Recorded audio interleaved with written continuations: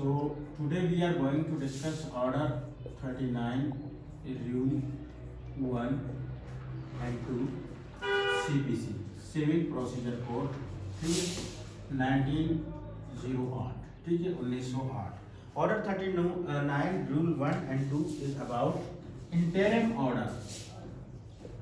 interim order ये क्या है? इंटरिम ऑर्डर है. सबसे पहले हम ये समझते हैं कि ऑर्डर कब कहाँ पर पास किया जाता है. ये कोई भी प्लेंटिफ जो है केस फाइल करता है, अंडर केस फाइल करने के बाद वो जिसको हम आम लफ्जों में कहते हैं स्टे लेना, या हम लोग कहते हैं इंटरिम ऑर्डर दिया जा चुका है. स्टे को कहते हैं ऑर्डर 39 रूल 1-2. ये कब दिया जाता है? ये जो है दिया जाता है जब आपके पास 3 एसेंशियल्स होंगे. आपके पास 3, इसके मीन्स 3 इंपॉर्टेंट पॉइंट्स होंगे तो आपको आपकी प्रॉपर्टी पर किसी भी चीज पर जो है आपको क्या मिलेगा? स्टे मिल सकता है. ऑर्डर 39 रूल 1 and 2 के कितने हैं? 3 इंग्रेडिएंट्स है. सबसे पहले जो है आपका केस जो है, case must be प्रिमा facie.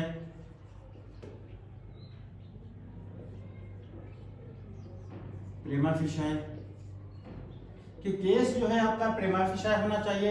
प्रिमा facie means arguable होना चाहिए, केस एक्चुअल होना चाहिए, सुनने के लायक होना चाहिए. क्योंकि बहुत से लोग जो है ऐसे ही केस लगा लेते हैं किसी को तंग करने के लिए, वो केस बनता ही नहीं है. ज्यादातर वो इनिशियल स्टेज पर रिजेक्ट हो जाता है. मगर ये कि आपको स्टे तभी मिलेगा जब आपका केस जो है प्रिमा फेसी होगा और बैलेंस ऑफ कन्वीनियंस होता है.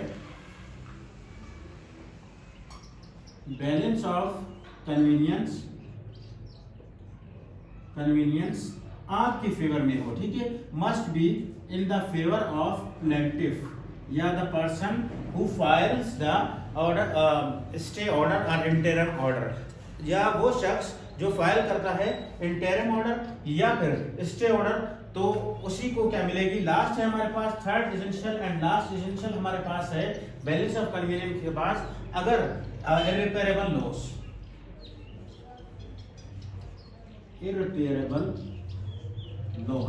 ठीक है. तो थोड़ा सा समझते हैं इसको कि ऑर्डर 39 रूल 1-2 क्या है? हमारे पास इंटरिम ऑर्डर है. इंटरिम ऑर्डर के हमें कब मिलेगा? कोर्ट में किन बुनियाद पर जो है इंटरिम ऑर्डर जो है क्या कर सकती है? ग्रांट कर सकती है. सबसे पहले आपका केस मस्ट बी प्रिमा फेसी है कि आपका केस जो है आर्ग्यूएबल होना चाहिए, सुनने के लायक होना चाहिए, केस में जो है मवाद होना चाहिए जो ऑर्डर 39 रूल 1-2 के मुताबिक जो है ये पूरा करना चाहिए. तभी जो है आपको जो है ये पहला उसका क्या है स्टेज है, तभी आपको ऑर्डर 39 रूल 1-2 क्या होगा? ग्रांट हो सकता है. दूसरा हमारे पास है the balance of convenience must be in the favour of the plaintiff the person who files order 39 rule 1-2 के जो ये केस के जो है कंटेंट्स वगैरह जो है किसके फेवर में होने चाहिए?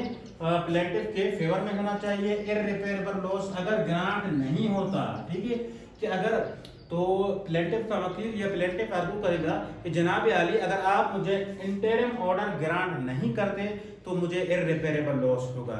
इर्रिपेरेबल लॉस मींस कि ऐसा नुकसान होगा जिसकी भरपाई नहीं की जा सकती. मिसाल के तौर पर मेरे एक जमीन का केस है, मैंने फाइल किया, ठीक है, जमीन जो है जमीन पर मैंने केस फाइल किया.